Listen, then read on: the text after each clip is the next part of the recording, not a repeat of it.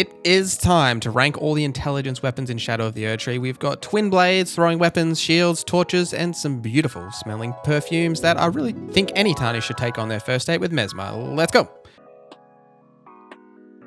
Let me know your rankings in the comments down below. I may go back and re-rank the original intelligence weapons against these new ones. If that's something you're interested in, also let me know that.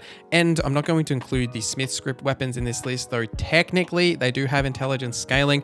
I have done a video ranking the Smith script weapons, and none of them are really like good intelligence weapons. So it doesn't really feel worthwhile. It kind of feels redundant to like include them here, so I'm not going to mention them here. And there are some weapons in the DLC that have magic damage but aren't intelligence weapons, like the Claws of Night and Sword of Night, and they won't be on this list because they don't have intelligence scaling. With that out of the way, let's start in the D tier with Nanya's Torch. Now, this is a torch that has poor scaling with basically everything, but it does have intelligence scaling, so we do have to include it, and torches always end up at the bottom of the list because they are technically a torch. It does have an interesting skill on it though, the Feeble Lord's Flame, where you do hold the torch up in the air. It does this nice like AoE madness skill.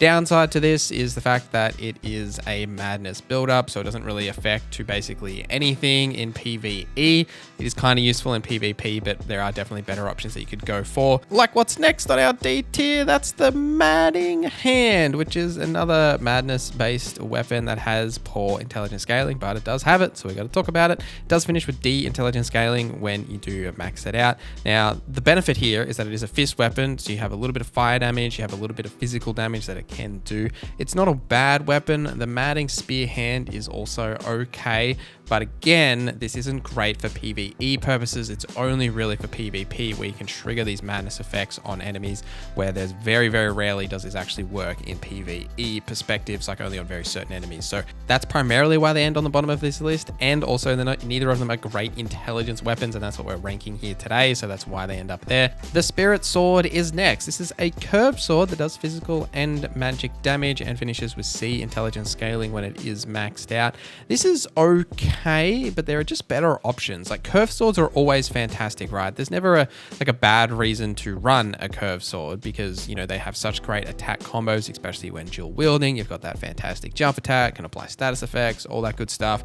Rancor Slash, the skill here, is just okay. It's kind of like a double slash skill where you like bring the weapon up in the air, slam it back down, and it does have like those little Rancor death like spirits that will track the target. Now, all this sounds great, but it doesn't have the best physical and magic damage of the curved sword category. It's not even the best intelligence curved sword. The Wings of Astel is significantly better and one of the best weapons in the game, like hands down. So it definitely loses a lot of points because of that. And in terms of its like weapon skill, there is another weapon called Spirit Glaive, which has this exact same skill, but it is so much better. And that's why it kind of ends up here. You definitely could use it, but I didn't really vibe with it. It just didn't feel like a great option, especially in the curved sword category when there's just so much better options across the board. So that's why it ends up quite low on this list. The last weapon in the D tier is the Frenzy Flame Perfume Bottle. This gets a little bit of an extra buff to the other madness-based build-up things in this list because it is a perfume bottle. You can put Rolling Sparks on it here. It does do fire damage, which is always a fantastic damage type in Elden Ring. The madness build-up we don't need to touch on again because we've already spoken about the benefits there that you could get from that, but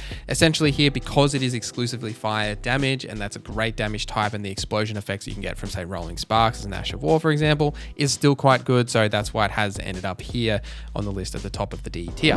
Moving on to the C tier, we're going to start with the Velvet Sword of Saint Trina. Now, this is a strong base physical damage weapon that does have eternal sleep buildup, which is different to the basic sleep buildup from the base game, right? Eternal sleep, if you don't know, is a better status effect than sleep because it allows you to attack the enemy for like a couple of seconds while they're still asleep before they wake up. Now, something as well to point out here is not every enemy can actually be slept. There are tons of enemies that they sort of like go into like a little stupor for like half a second, like it staggers them out of an animation, and then they just go back to attacking. Not every enemy can put asleep, especially bosses, which is a major downside to this weapon and its overall effect.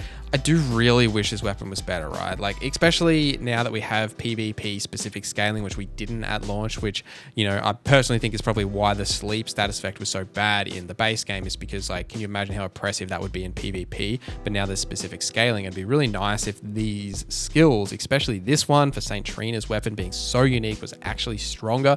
And now that we've got some gear that synergizes with it as well, like you could definitely do some cool things with it, but the physical damage isn't high enough. The actual weapon skill isn't like good enough to like be worthwhile. And then because you can't put every enemy to sleep, it doesn't last very long. It's just kind of ends up in this like C tier area, which is why it's going to sit here. But geez, I wish this weapon was better. All right, moving on to the Carrion's Sorcery Sword, another weapon that I do wish was a lot better. Now this is a thrusting sword that does physical and magic damage. Now this does have impaling thrust on it, but like you're probably never going to use it, to be honest. The main reason you would use this weapon is because it is a thrusting sword, and it is also an intelligence catalyst, so you can cast spells with it. When you use the heavy attack with this weapon, it will actually cast whatever spell you have equipped. I love this effect on this weapon. I think it's really cool and unique to have like a thrusting weapon like this that you can combo with spells and just like normal thrusting attacks. Plenty of different synergies and things you can create with it in that way. It's very cool, but it's not a great thrusting sword. You can only use a light attacks. It's also not a great catalyst, as its scaling isn't fantastic. It did get a little bit better in like the last patch, like that's for sure, but it's just not rightly there. Like it's one of those things again that I think is weaker because it has so much going on here, so it's not like overly oppressive. But again, I do wish this was so much stronger. Like, you know, the Blasphemous Blade has been the best weapon in the game since like day one, right? Can't us intelligence users get like an OP weapon that just does like everything like they have? Anyway, all right, Golem Fist is next. I personally hate this weapon because I tried for like, I don't know, 8 hours, maybe more in total to like farm this friggin' thing, and it would not drop for me. It only drops from like 3 different golems in like one specific mine, and it's a huge pain in the ass to actually get to drop. So because of that, this is the worst weapon in the game. It's a Z tier for me. But actually, it's not bad right now. This does have intelligence scaling. You can actually change the Ash of War here to make it like specifically intelligence scaling, which gives it a little bit of additional benefits here. Now, because this is like a Smith script style weapon, the heavy attack here will actually throw out the fist. If you're two-handing the fist, you have 2 fists, and it will throw out both of the fists when you do it. This does solid stance damage. It's a solid amount of like overall physical damage. If you're just scaling with physical damage or magic damage, both the scalings here are pretty solid. The downside is the range on that throwing of the fist is very small, right? It does fantastic stance damage, so you can follow up with critical hits and all that great stuff, but just the range on this is just not great, and it would be so much better if the range was a little bit longer because of the fact that fists are like one of the shortest ranged weapon in the game. It just would be fantastic if like you could actually use these with a little bit of distance, you know. But moving on to the B tier. Great Sword of Radahn Light is at the bottom of our B tier here. Now this is a colossal sword that is just one of the 3 different variants of Radahn's greatswords. It's actually the worst of these variants. Now, despite it being the worst, it's still better than a lot of other weapons. It's a colossal sword. You can two-hand it and you get both of the colossal swords. Its weapon skill here, light speed slash, will like jump you up in the air and you like drop down and like do this like massive light attack effect thing.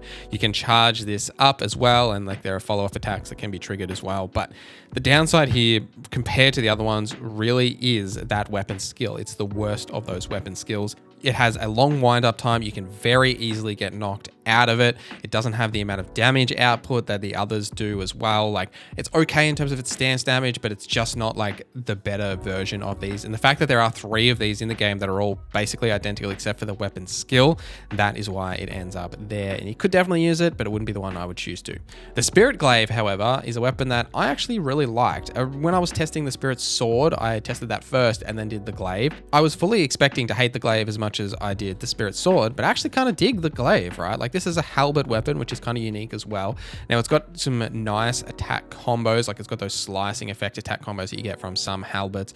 Now, its scaling here is mostly physical compared to intelligence, right? And magic damage, you get mostly physical damage out of it. It does have that exact same rank or slash that we mentioned earlier. The benefits here, though, is that the poise damage does seem to be a little bit higher to me, probably because it is a halberd. It's much easier to two-hand and use in that way. And then you get that rank or effect of like the vengeful spirits as well. So a solid weapon, maybe if you're doing some sort of like death build that you wanted to go like and use this weapon with it, can totally see that, but it lands pretty comfortably in the middle of this list.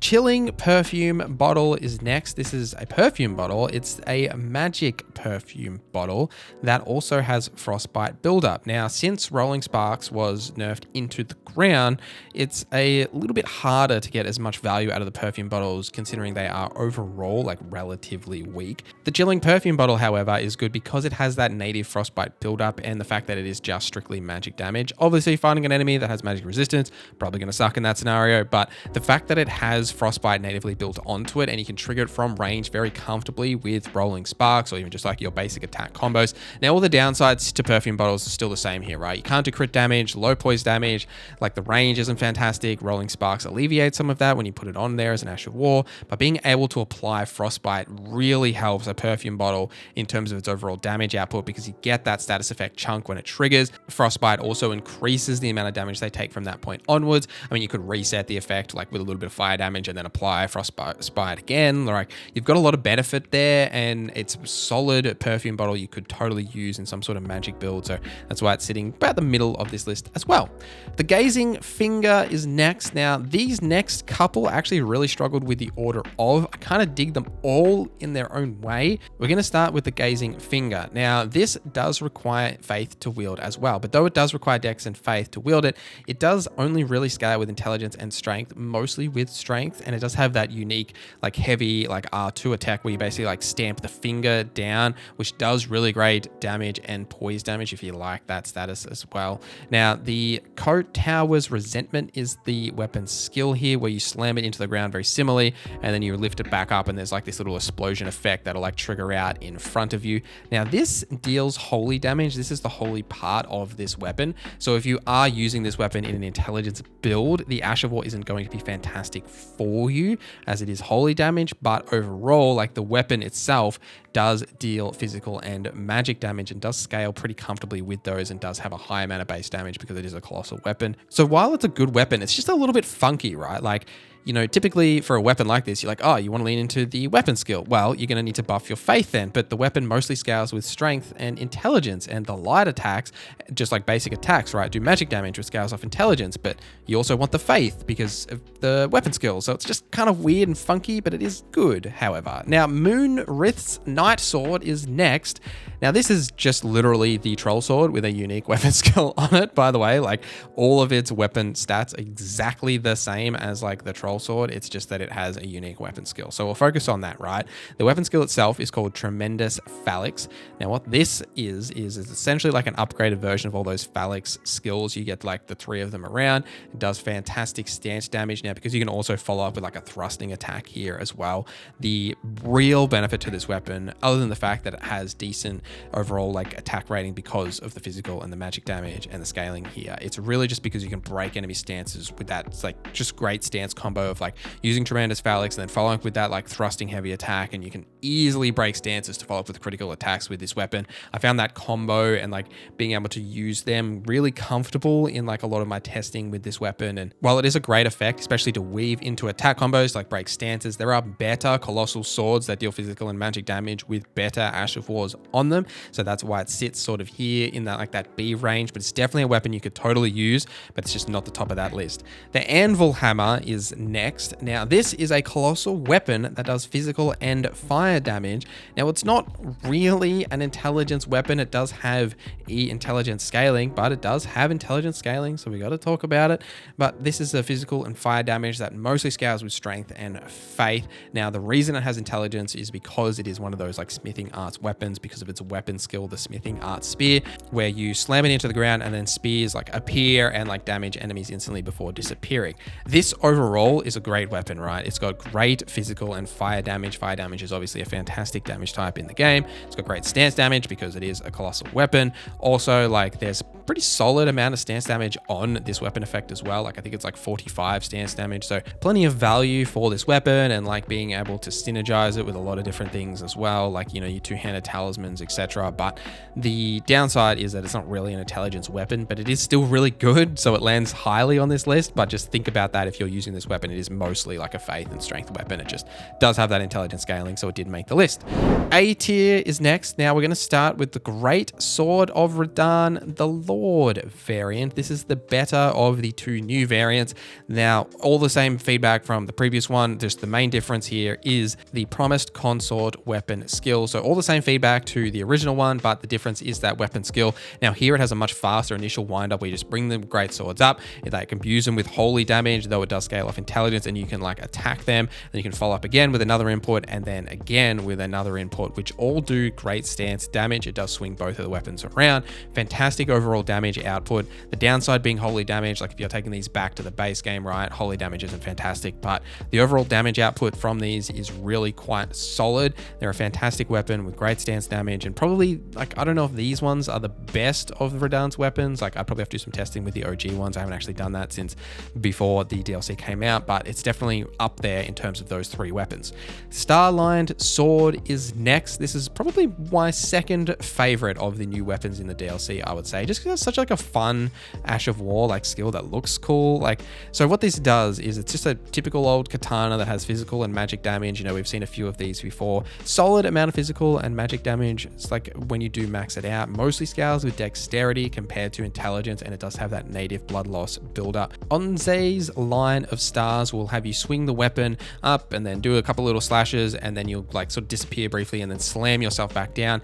Each follow-up attack does greater damage of this weapon skill, so the more of these combos you can get off, the better. So you want to finish with that like massive like slam down effect. Now it's got great synergy with all the different like magic buffing gear and like obviously your Shard of Alexandria, etc. It's not the best magic based katana, like there are better options, but it is a fantastic katana that I really enjoyed using throughout the DLC. As soon as I found this, I did actually switch to it just because it was fun to use a katana that was different. I've always gravitated towards katanas, and that's why I did pick this one initially, but it is a fantastic weapon. Next on the list, and our second last one for the day, is Rellana's Twin Blade. Now, this is a twinned light sword, so you get two light swords for the price of one when you two-hand them. One of them is magic-based, and the other is fire-based. So you've got both intelligence and faith scaling here, but you can lean into either one. Like the right-handed weapon is the magic, and the left-handed weapon is faith. So if you're using this in a magic-based build, you only actually need to be wielding the right-handed weapon, and then like buffing your intelligence, obviously. Now, Moon and Fire stance is the Ash of War here, which is essentially like the OG sort of Night and Flame, where you stand in that stance weapon. The light attack here is the Moon attack, and the heavy attack is the Fire attack. Now the Moon attack like slashes like waves of magic in front of you in a line, has really solid range and overall like damage output, and you can use this and like follow up attacks like with 2 extra inputs for additional attacks. Then the Fire attack is like a sort of a fire flaming spinning tornado-y thing like around you. Great to deal with like lots of trash enemies in that way. Fantastic to combo with like Rellana's cameo talisman or like any of the old, you know, Shard of Alexander or magic buffs, etc. Like it's got some fantastic synergies with new equipment and old. It's a paired weapon. It's got those great attack combos from the light great swords, which is just like fun to use personally. I just find them so elegant and enjoyable to use. I did actually make a build with this weapon, so if you want to know more about that, I will link that here, but I'd really like this weapon as just like a fun, unique option. And we've got one more on this list, and I put it in the S tier because I do personally think it's S tier, though if we were making a longer list, this probably would be sitting in A tier, but that is the Carrion Thrusting Shield. Now you might be wondering why a shield is sitting at the top of this list, and it is realistically because of its unique value. Now, I did make a build specifically using this shield, showcasing exactly why it is as broken as it is. Now, it did get a slight nerf in like patch 1.12.3, I believe, where thrusting shield's stamina consumption when successfully guarding has been increased. Regardless, it's still really, really good. Now, the main thing you want to do with this weapon is always hold block and then poke with the weapon, because when you're holding block, you'll just block any attack that's coming towards you, and then you can continue to poke through the damage, right? So the main thing is like as much stamina as you have here, you just want to tank all of that attacks into your stamina and then follow up with attacks yourself. You can put a status effect on this. You can imbue it with any status effect you like here, right? Like literally anything, poison, scarlet rod, etc., etc. etc. You can build up those status effects on enemies, multiple status effects. If you want to just use like greases to apply to this weapon, you can just like slowly whittle down enemies without taking much damage yourself. I do really think this is still a strong weapon that has both physical and magic damage scaling, does higher, slightly better base damage than the other thrusting shield that's in the game. That's why it sits at the top of this list, but definitely it's not for everyone. It's a personal favorite. That's why it's sitting here for me. But let me know your list in the comments down below. Give me your top 5 intelligence weapons from the DLC. I'd love to see your own personal list down below. But thank you guys for watching this video till the end. Thank you to our members for supporting the channel. My name is Norza, and I hope you have a great day.